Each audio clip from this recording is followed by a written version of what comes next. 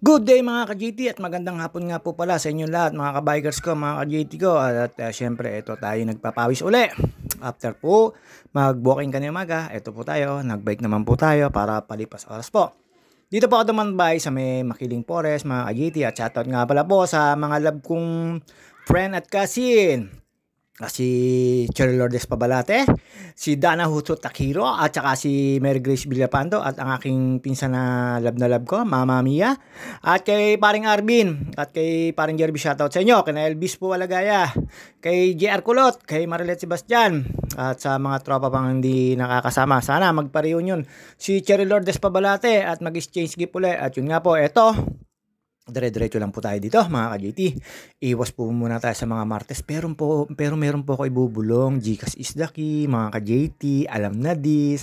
Ayan po, nagpakit-pakit lang po tayo. At small po yung suot kong damit dyan. Kaya medyo hapit na hapit. Parang suman tayo dyan. Ito na nga po. Binebengbang daw, sabi ni Joema.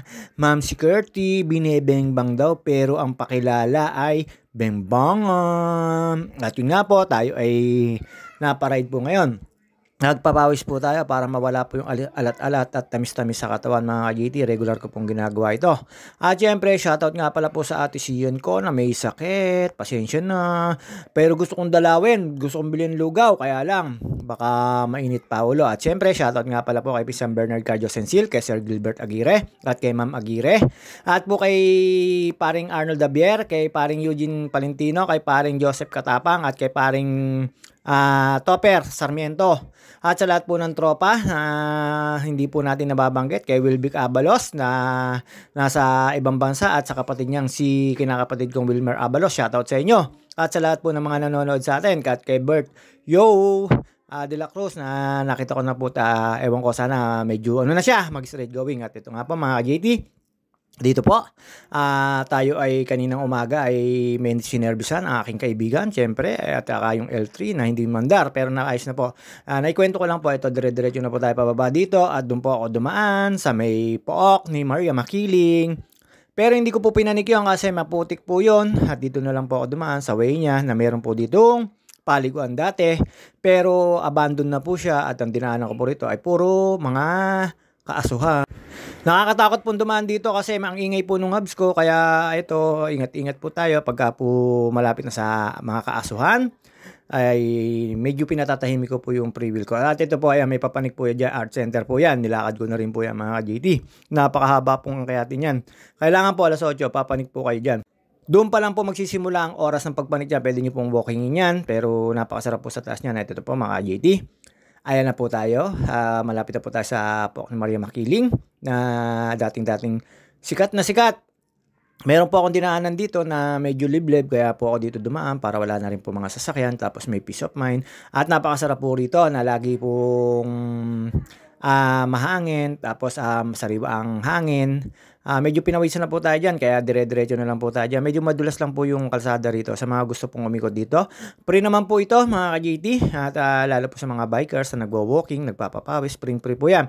Uy, para kang tutube, JT. Pakita ka pa ng nakasalamin. Pero syempre, sa mga nagbabike, alam po yan, para iwas din paspas hangin. Nakita nyo naman po yan.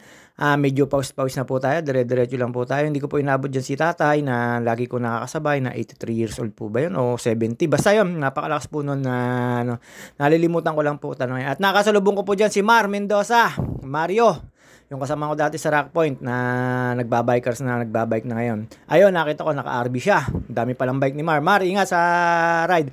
At dito po, ayan mga ka-JT, ito na po yung area ng Pook ni Maria Makiling. At syempre, ikot lang po yan. At after po rito, sa pagdaan dito, meron pong small community rito. At may nakita po ako nagtatanim at naghuhukay. Hindi ko alam kung kamote o ano.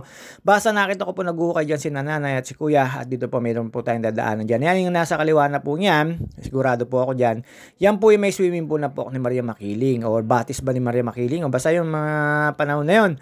Bata pa po ako noon na nakapunta po ako dyan. Pinagpaligo po kami dyan ni tatay ko nung na-honor pa ng FMC. At yan po, sa kanan na yan, ay meron pong batis. Ayan o, may naglalaba. Tapos dire-diretso lang po tayo. Ayan po yung sinasabi ko sa inyo. Lahat po yan ay galing po sa bundok ni Maria Makiling. At saka yung mga tubig po dyan galing po sa ulan.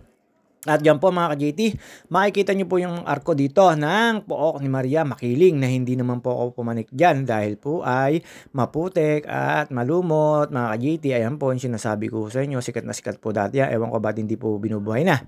At di maring hindi tayo magpapakit dito na para tayong tutubi. Ang laki ng salamin, nakita nyo naman po mga ka-JT. Ayan, palapit na po ako ng palapit sa mga maraming asong alpas. Siyempre, hindi naman po kayo, tatahulan lang kayo.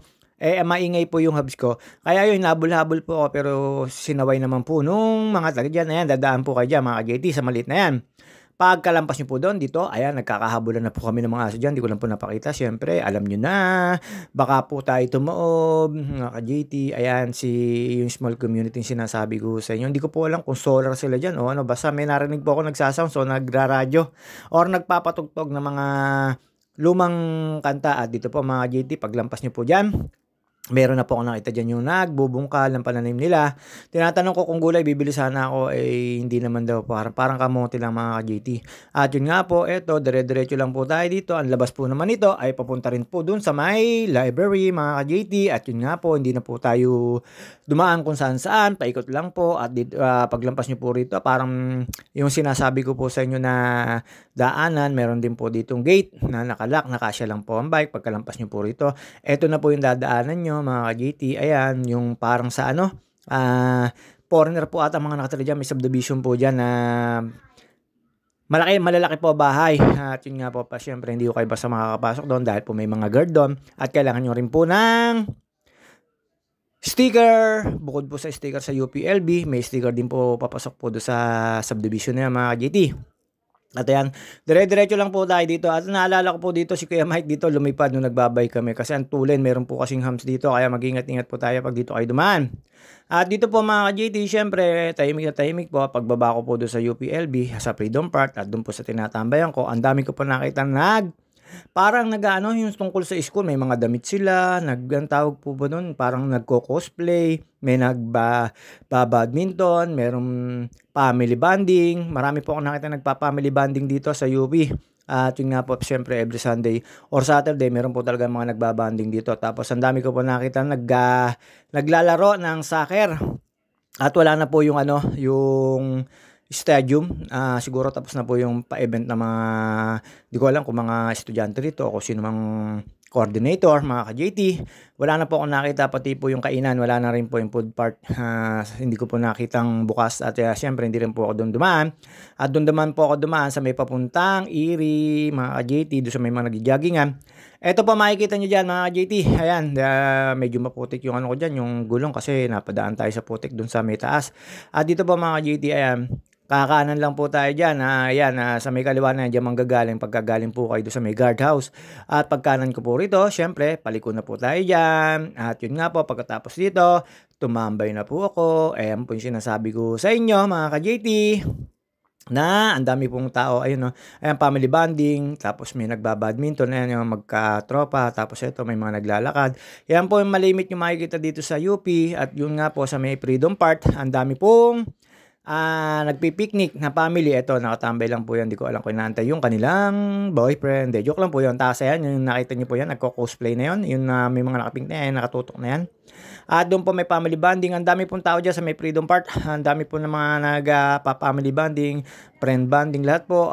Girls, basta nasa gitna po dyan. Hindi ko na po nakunan. Lalo po yung mga naglalaro, mga naka-jersey.